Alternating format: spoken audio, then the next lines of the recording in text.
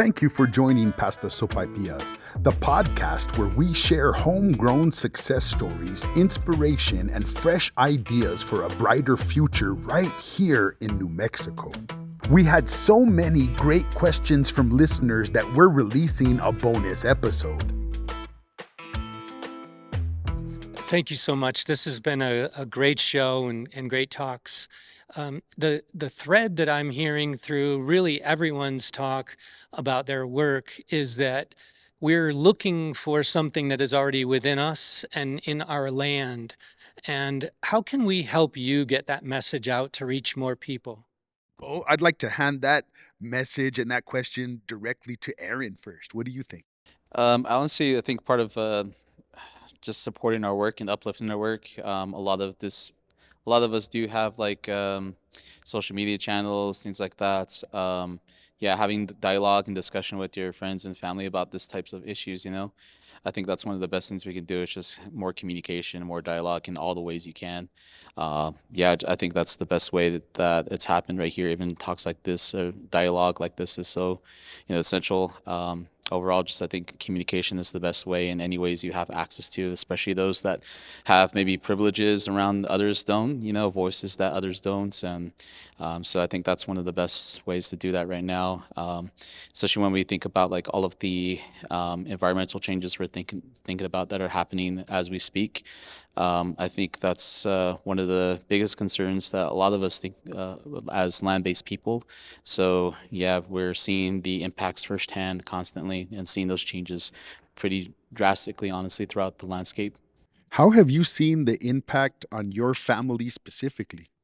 Let's see. I can even just name one big one that we saw recently. So my mother is great at stewarding fruit trees, and so we have seen the apricots, which are usually the first to bloom. Then it's usually the peaches, then the apples, and then cherries. But we've seen the apricots bloom like probably almost a month ahead of time now, and so which is pretty interesting to see because sometimes we get these late cold snaps.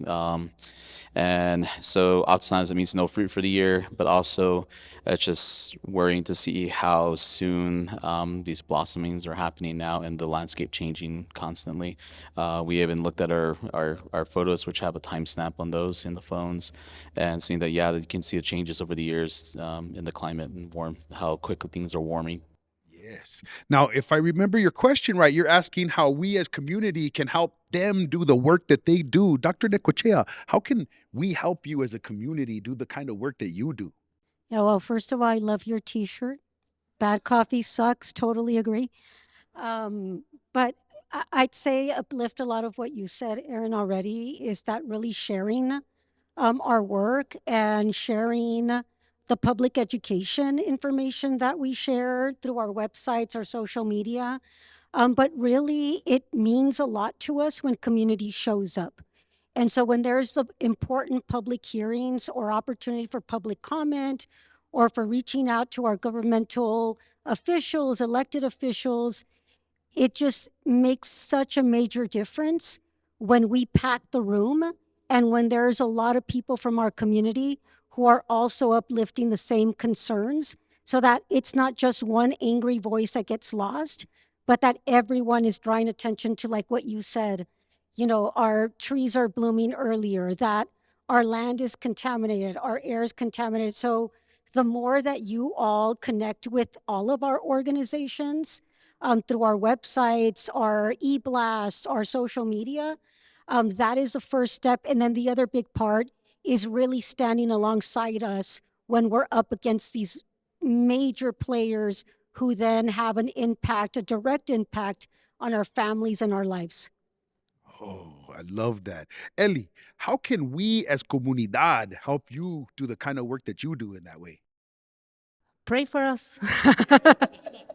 No, no, in a whatever you believe, every day putting that intention, and for whoever is doing this work of remembering and protecting the land, is a reciprocity of praying, no, and energy, because it's also is gonna be reflected to your own family, to your own generations, and be part of the community. We don't need something an special event. Just volunteer.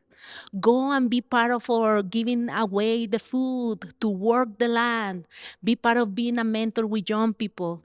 Because as we keep our community more open and growing, we become stronger instead of being isolated. So I will always say, knock the door, go to our offices, go to our programming, put those good intentions every day, and that is enough. Thank you for your question. Thank you for honoring us in this way. Give him a round of applause. Make some noise. Thank you. Eli, when you spoke, you mentioned that nature often tells us that we belong. So I'm a social worker, and I often work with young women that struggle with a sense of self-worth. What do you believe that your work teaches us about valuing ourselves and, most importantly, one another? That's the hardest lesson because it's about self-love. Loving ourselves is becoming such a big challenge because all the system is about extracting, exploitation, and competition and scarcity. So even when we repeat that in our daily, we are creating that a reality, right? So sometimes what I have experienced in the work that we do is just the little moment of taking the time for a young person to say, I see you, I hear you, I love you. Instead of telling that I need you to testify for this and this and this, and we need to fight back. Yes, we need to do that. But take just that second to tell them that you are enough, I love you, I see you, and we're gonna be in this together. That is enough for the well-being of a young person. Wow, and that is so empowering for a young person to have that type of reinforcement and self-esteem. And a lot of us never got that growing up. And it could have changed the whole trajectory of our lives had we had someone stop and take the time to share that with us. Affirmation, good job. Oh, I know that you took some time to doing this. Show it to me, what you just create. That time, we're healing our childhood. Like, I don't know, my friends, but like this is what we're trying to disrupt. Cycles of our own like childhood of not being like the center and nurturing, right? Just doing and doing and doing. That is capitalism. And we need to undo that. And is by just taking a step back. It's hard because we need to pay bills and we need to do a lot of things, but it's slowly but surely. Yes, it takes a whole paradigm shift. It takes a whole changing of how we view the world. Thank you for your question. Thank you for blessing us in this way and sharing your light with us. Give her a round of applause. Thank you. Yes. Hello, my name is Cindy Sockerman. I'm an evaluator. So my question is around what is the impact for the youth who have participated in your programs? Oh, the young people. How does it impact the youth? I can go ahead and start with that. So I loved your answer to the previous question too. And I think like a place of belonging really is what the biggest impact they've seen, and purpose. Those are like the two biggest things that I've seen that really changed people's lives and reshaped them. I think a lot of young people struggle with purpose, and a lot of people struggle with finding their place and the community and their people. I think that's one of the most isolating factors is not knowing where you belong or what to do with yourself. And I always think about like our own way of life and what we say constantly. And the reminder we hear from like elders is that amo honoha to do everything for the beloved people, land, and animals. And so, that inherently teaches this value of interconnection and community, that we're never separate from each other, and we never do anything alone, even when we think we do. And so that you need the support, you need the structures, you need purpose. And if we think about like, as far as purpose and sustainability, then that's, you're automatically going to dedicate to yourself, to the land, to the water, to the animals, to the insects, the microbial life, the fungi, all of those beings that we support our life, because if they don't exist, then we don't exist. One of my favorite mentors, she always says that once you see the impact of all those beings and that how connected you are, I'm going to protect them because I'm like protecting myself too, because I'm a part of them and not separate. So I think the young people learning those kinds of values and ethics, and learning how to treat each other love each other's and support each other's in their purpose is like one of the best things that I felt like we've done with our work. Yes, that is important work, and I love that you do it. Dr. Necochea, how has your work affected the families and the young people that you work with in that way? The impacts are huge, and the work that we do directly and indirectly impacts our communities across the entire state. And like I was saying earlier, that when we fight for cleaner air and for cleaner land and water, the impacts of our work are not just felt within that community. And we do the work specifically because we're thinking about the families and children who often live in contaminated sites and who have a very deep connection to the land.